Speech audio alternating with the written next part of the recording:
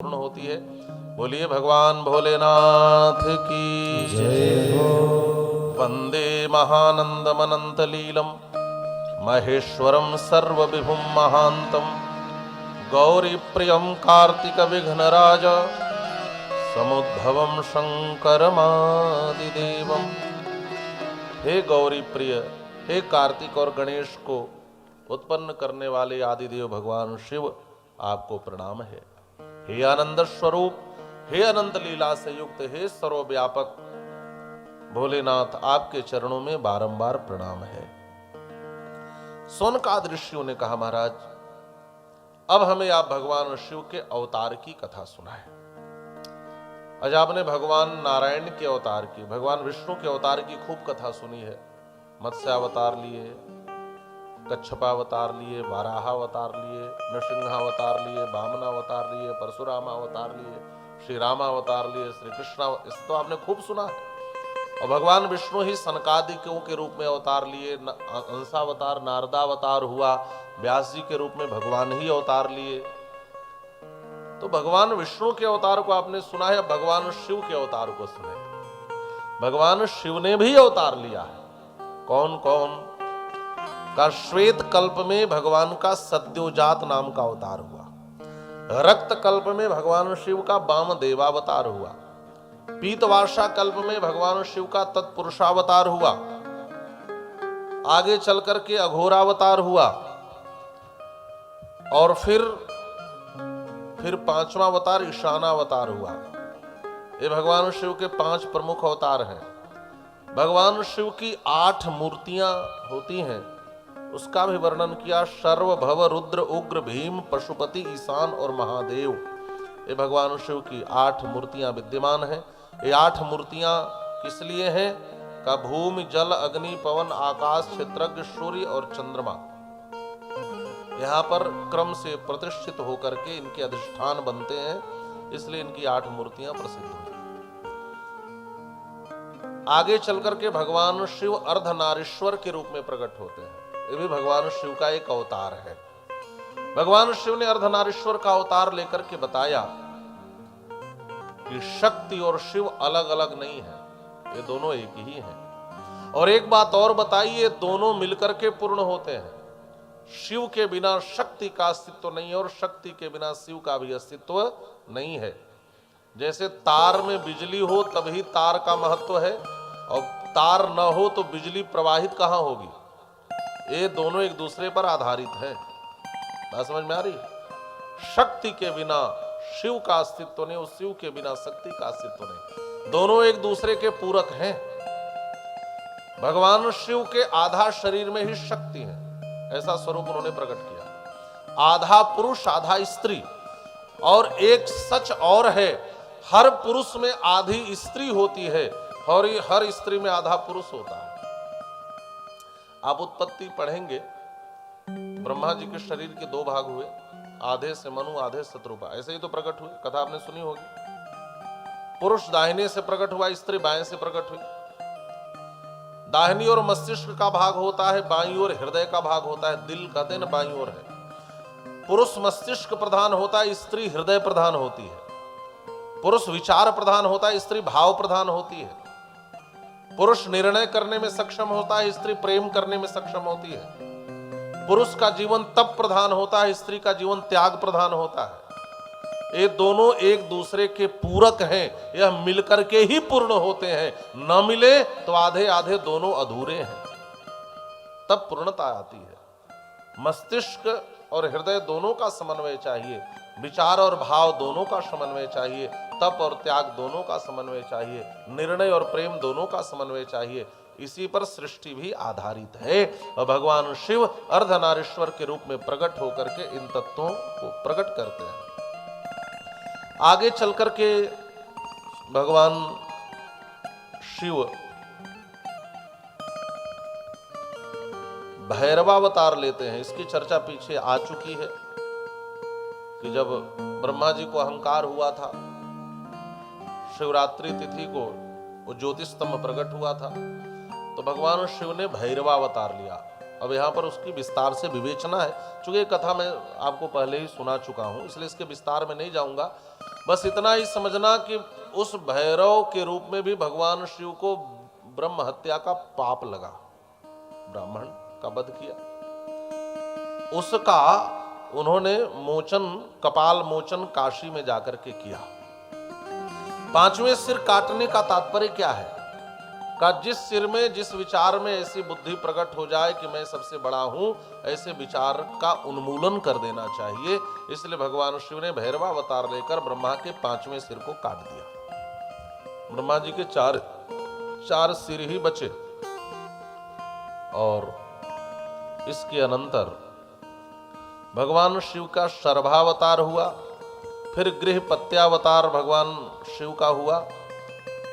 उसके अनंतर समुद्र मंथन के समय यक्षेश्वरावतार हुआ। फिर भगवान शिव का एकादश रुद्र के रूप में अवतार हुआ।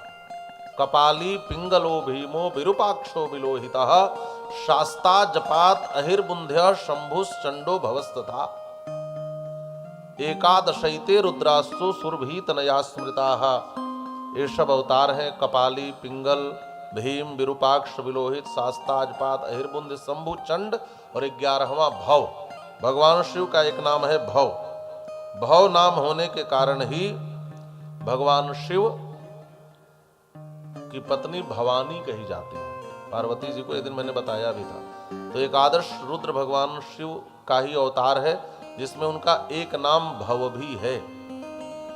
आगे चल करके महर्षि अत्रि की तपस्या का वर्णन किया।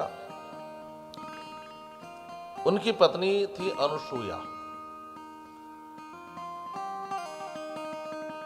इनके 3 पुत्र हुए, चंद्रमा, दत्तात्रेय और दुर्वासा। जो चंद्रमा प्रकट हुए ब्रह्मा के अंश से, जो दत्तात्रेय प्रकट हुए विष्णु के अंश से, और भगवान शिव ही दुर्वासा के रूप में प्रकट होकर के आए। भगवान शिव ने ही दुर्वासा के रूप में अवतार लिया। ये भगवान शिव के अंश से हैं। अब प्रश्न उठता है कि भगवान शिव ने दुर्वासा का अवतार क्यों लिया? का भक्तों की महिमा बढ़ाने के लिए। यदि ऋषि दुर्वासा नहीं होते तो अम्बरीश की महिमा नहीं बढ़ती। आपने भागवत में कथा सुनी होगी, 9वें स्कंद में अम्बरीश ने एकादशी का व्रत किया था। ऋषि दुर्वासा वहां पर आते हैं, परीक्षा ही है। आतिथ्य सत्कार उन्होंने स्वीकार किया है, आतिथ्य करना। उधर द्वादशी में पारायण आवश्यक है। ध्यान से सुनना, एक बात ये भी बता दूं, आज द्वादशी भी है, इसलिए एकादशी व्रत का जितना महत्व है उतना ही महत्व द्वादशी तिथि में पारण करने का भी है, तभी उसका पूर्ण फल मिलता है। हम व्रत करने पर ध्यान तो देते हैं, लेकिन पारण करने पर ध्यान नहीं देते। जब मन करता है तब अगले दिन भोजन करते हैं। पारण का बड़ा महत्व है। एकादशी हर किसी को करना ही चाहिए। एकादशी को अन्न खाना बहुत बड़ा दोष माना गया है। और संसार के जितने व्रत उपवास आदि हैं, सब सांसारिक कामना को पूर्ण करने वाले हैं। एकादशी भगवान को देने वाला व्रत है। इसलिए हर जीव में जब तक शक्ति है तब तक एकादशी का व्रत करना ही चाहिए। आजकल तो ऐसे ऐसे लोग व्रत करते हैं। मैं गांव का नाम नहीं बताऊंगा, राजस्थान के ही एक गांव में मैं गया था, तो वहां किसी ने बताया कि महाराज जी पूरे गांव के लोग एकादशी का व्रत करते हैं। हमने कहा वाह, बहुत कम ऐसे गांव होंगे जहां सारे गांव के लोग एकादशी का व्रत करते हो। और जैसे 12 बजे सबके घर भोजन बनना शुरू हो गया, तो हमने पूछा किस प्रकार का व्रत है? तो लोगों ने बताया इस गांव में जो पंडित जी हैं सब लोग उनको 11-11 रुपया दे देते हैं, सबके बदले वही व्रत करते हैं। हमने कहा वाह, तो अच्छा नियम निकाला। हाँ, हमें कुछ करना भी ना पड़े, फल मिल जाए। तो लोग बड़े चालाकी से चाहते हैं व्रत का फल मिले, करना कुछ ना पड़े। लेकिन धर्म कोई रेडीमेड चीज नहीं है कि किसी मॉल से आप खरीद कर ले आए और बहुत बड़े धार्मिक बन जाए। स्वयं करना पड़ता है। तो एकादशी का हम व्रत करें और द्वादशी में पारण करें। परीक्षा लेने आए, द्वादशी तिथि बीत न जाए। ब्राह्मण विद्वान आचार्यों से सलाह लेकर भगवान का तीर्थ जल ले लिया था। ऋषि दुर्वासा क्रोधित हो गए। कृत्या उत्पन्न करी मारने के लिए जो भगवान का व्रत करते हैं, भगवान उनकी रक्षा करते हैं। सुदर्शन चक्र उनकी रक्षा में था। कृत्या वृत्या विलेल्ले सलभ सुलभया यत्र चित्र प्रभावे। सुदर्शन शतक में भी इसका वर्णन है। जो कृत्या प्रकट करी मारने के लिए सुदर्शन चक्र ने उस कृत्या को जला दिया और दौड़ा दुर्वासा जी को मारने के लिए। दुर्वासा ऋषि तीनों लोकों में भागे, कोई रक्षक नहीं मिला। भगवान विष्णु के पास गए, महाराज आपका चक्र है। भगवान विष्णु ने कहा मेरा अपराध किए होते महाराज तो चक्र को रोक लेता, लेकिन अहम भक्त पराधीनो ह्यस्वतंत्र द्विजः, मैं तो भक्त के पराधीन हूं, इसलिए कोई बचा सकता है तो मात्र अम्बरीश, और कोई बचा नहीं सकता। फिर ऋषि दुर्वासा भागे भागे अम्बरीश के पास आए, चरण में गिरने जा रहे थे, उसके पहले राजा अम्बरीश इनके चरणों में गिर पड़े। नहीं महाराज नहीं, ये तो बहुत बड़ा अपराध हो जाएगा, मैं सुदर्शन चक्र को रोकता हूं। और बड़ी सुंदर प्रार्थना करी है। सौदर्शन्युज्जिहाना दृश्य विदिस्तिरस्कृत्य सावित्रमर्चि बाह्या बाह्यांधकार क्षत जगद गदंकार भूमना स्वधामना दो खर्जो दूर गर्जत दिबध्रुप बुधो कंठ वैकल्य कल्या ज्वाला जाज्वल्यमाना वितरतु भवताम विप्सया भिप्सितानि। हे चक्रराज आप शीतल हो जाओ, आप दुर्वासा जी पर जो क्रोध किए हो उसे छोड़ दो। और जब इस प्रार्थना को सुना तो प्रार्थना सुन करके और सुदर्शन चक्र शांत हो गए। इस प्रकार से भगवान शिव दुर्वासा के रूप में अम्बरीश को महान बना दिए। बात समझ में आ रही? ये अवतार दूसरे को महान बनाने के लिए है। दुर्वासा जी का जो क्रोध है ना वो तो दिखावे का है। लक्ष्मण की भी परीक्षा अयोध्या में आकर ली है, उसकी भी कथा है। कृष्ण की परीक्षा ली है, उसकी भी कथा है। एक बार ऋषि दुर्वासा स्नान कर रहे थे, उनकी लंगोटी बह गई। अब वो लज्जा के कारण बाहर निकले तो कैसे निकले। उसी समय भगवती द्रौपदी कुछ दूरी पर स्नान कर रही थी। उन्होंने अपने वस्त्र का चीर एक टुकड़ा फाड़ करके ऋषि की ओर फेंका, ऐसा लिखा है, शिव पुराण की कथा है। और जब फेंका तज ज्ञात्वा द्रौपदी स्नानम कुर्वती तत्र चादरात तल लज्जाम छादयामास भिन्न स्वांचल दानतः। अपने आंचल को फाड़कर वस्त्र दे दिया, जिसकी लंगोटी बनाकर ऋषि दुर्वासा जल से बाहर आए। और ऋषि दुर्वासा ने आशीर्वाद दिया, बेटी आज तुमने हमारे लाज की रक्षा की है, एक दिन भगवान तुम्हारे लाज की रक्षा करेंगे। द्रौपद्यै च वरम प्रादात अंजल तदंचल विवर्धनम। एक दिन भगवान तुम्हारे वस्त्र बढ़ाएंगे। और ऐसा वस्त्र बढ़ाया है कि पता भी नहीं चला सारी बीच नारी है कि नारी बीच सारी है, कि सारी ही की नारी है कि नारी ही की सारी है। तो ऋषि दुर्वासा ने आशीर्वाद दिया। आगे श्री हनुमान जी की उत्पत्ति की चर्चा करें। आजकल व्हाट्सएप यूनिवर्सिटी पे, एक यूनिवर्सिटी है व्हाट्सएप यूनिवर्सिटी, हाँ, कुछ चीजें इतनी वायरल होती हैं कि हनुमत जयंती ठीक नहीं है, हनुमत जन्मोत्सव ठीक है। अभी इसके पहले की कथा में प्रश्न आया था, इसके पहले जहाँ कथा चल रही थी, तो अभी हनुमत जयंती के अवसर पे चल रही थी, तो वहाँ हमने इसको विस्तार से बोला है। लेकिन इतना जरूर कहूँगा कि इस भ्रम में पढ़ने लायक नहीं है। ये जो पढ़े लिखे लोग नहीं है, जिनका शास्त्रों से कुछ लेना देना नहीं है, ऐसे ही भ्रम समाज में फैलाते हैं कि हनुमत जयंती मत कहो, हनुमत जन्मोत्सव कहो। जयंती मरे हुए व्यक्ति की मनाई जाती है। लोगों ने ऐसा भ्रम फैलाया, जबकि यह भ्रम है। जयंती का मरे व्यक्ति से कुछ लेना देना ही नहीं है। जयंती शब्द का एक शाब्दिक अर्थ होता है जय होना। जयति माने जय हो, उसको हर आपकी विजय हो, आपको जय प्राप्त हो, या आपकी यश कीर्ति फैले, उसको भी जयंती कहते हैं। और एक बात और है, हमारे भारत में जयंती मनाने की परंपरा हमेशा से रही है। आज भी लोग जयंती शब्द का हर चीज के लिए बुद्ध जयंती, महावीर जयंती प्रयोग करते हैं ना। अच्छा, बस मैं इतना ही पूछना चाहता हूं कि जिस दिन इनका निर्माण हुआ था, मृत्यु हुई थी, उस दिन जयंती शब्द का प्रयोग करते हैं क्या? जिस दिन जन्म हुआ था उसी दिन करते हैं। तो जयंती का संबंध जन्म से है, मृत्यु से नहीं है। दूसरी बात, आज जब लोग 25 वर्ष के हो जाते हैं तो रजत जयंती मनाते हैं, 50 वर्ष के हो जाते हैं तो स्वर्ण जयंती मनाते हैं, 75 के हो जाएं तो अमृत महोत्सव, फिर आगे हीरक जयंती मनाते हैं। तो इसका मतलब मर चुके होते हैं तब मनाते हैं क्या? नहीं ना। हम अपने देश की भी अभी स्वर्ण जयंती मनाए तो हमारा देश मर गया क्या? ये सब समाज में भ्रम फैलाना है। और कुछ व्हाट्सएप पे मैसेज आते जाते लोग बिना पढ़े लिखे फॉरवर्ड करते जाते हैं और तमाम प्रकार के समाज में ऐसे भ्रम फैल जाते हैं। तो इससे भी हमें बचना चाहिए। हनुमत जयंती शब्द बिल्कुल शुद्ध है। हनुमान जी के रूप में भगवान शिव ही आए। यहां पर उसकी चर्चा सुनाई, हनुमत जन्मोत्सव की चर्चा सुनाई। एकस्मिन् समये शंभु अद्भुतोतिकरः प्रभु ददर्श मोहिनी रूपम विष्णु सहिव सद्गुणः। एक दिन भगवान शिव ने भगवान विष्णु से कहा, महाराज आपने जो मोहिनी रूप धारण किया था मुझे बड़ा अच्छा लगा, एक बार और दिखाओ। भगवान विष्णु ने कहा, भोलेनाथ आप भी विचित्र हो, मैं मोहिनी बना था, उस रूप को देखकर क्या करोगे? भोलेनाथ ने कहा, प्रभु मुझे वह रूप बड़ा अच्छा लगा था, एक बार दिखाओ।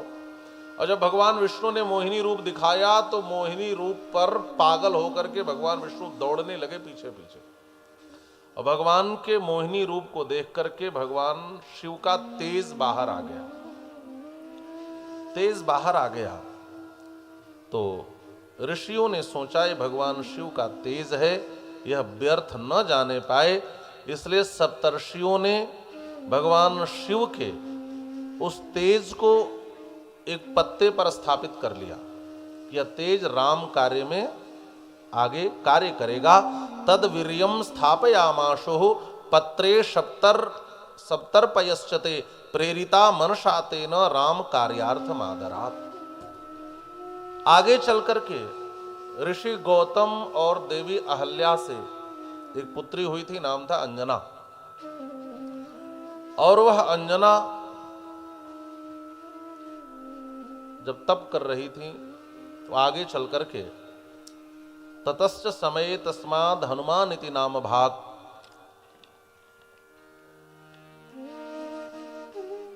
पवन की सहायता से उस भगवान शिव के तेज को अंजना जी के भीतर कान के मार्ग से प्रवेश कराया, ऐसा यहां पर लिखा है। कर्ण द्वारा तथा अंज्याम राम कार्यार्थ माहितम, भगवान शिव के इस तेज से उनके कान से भीतर प्रविष्ट कराया और श्री अंजना जी गर्भवती हुई और उसी के प्रतिफल के रूप में श्री हनुमान जी महाराज का जन्म होता है। बोलिए श्री हनुमान जी महाराज की जय। आप समझ गए, शंकर सुवन केसरी नंदन तेज प्रताप महाजग वंदन। आजकल कुछ लोग तो इन चौपाइयों को भी बदलने लगते हैं। हाँ, समस्या यह होती है कि थोड़ा सा गौरव मिल जाए तो लोग शास्त्र की पंक्तियों को भी बदलने लगते हैं। जिन हनुमान चालीसा की पंक्तियों को पढ़कर जाने कितने संत सिद्ध हो गए, जिन हनुमान चालीसा की पंक्तियों को पढ़कर हमारे पूर्वजों ने जाने कितने लोगों ने ईश्वर को प्राप्त कर लिया, हनुमान जी का साक्षात्कार कर लिया।